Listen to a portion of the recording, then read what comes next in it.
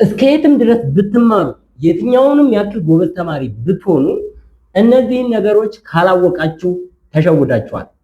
ወደ እውነተኛው ዓለም በምንመጣ ጊዜ እጅግ ወሳኝ የሆነው ነገር ኦብዘርቬሽን እና ሎጂካል ሪዝኒንግ ነው።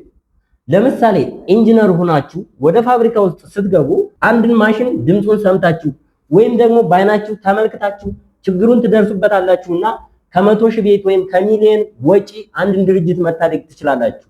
ይህ ማለት ዩኒቨርሲቲ ላይ ስትሰሩት የነበረው ካልኩሌሽን ድርሻው 10% ነው።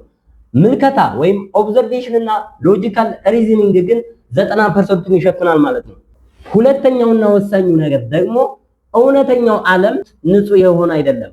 ቫይብሬሽን አለ፣ ሙቀት አለ፣ አቧራ አለ፣ በጣም ብዙ ነገሮች አሉ።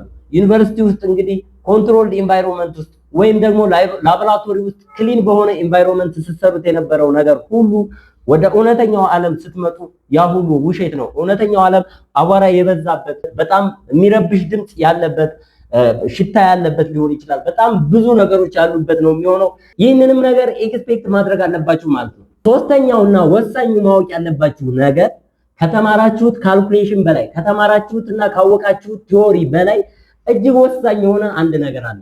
እሱ ምንድነው? ኮሚኒኬሽን።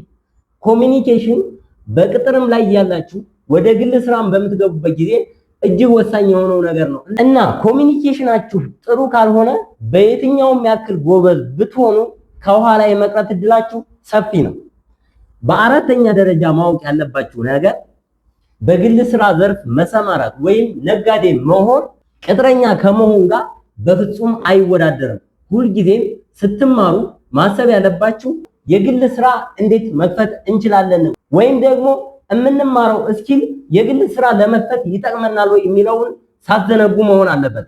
እንደዚህ አይነት ጠቃሚ መረጃዎች እንዲደርሷችሁ የቲክቶክ አካውንቴን ፎሎ አድርጉ።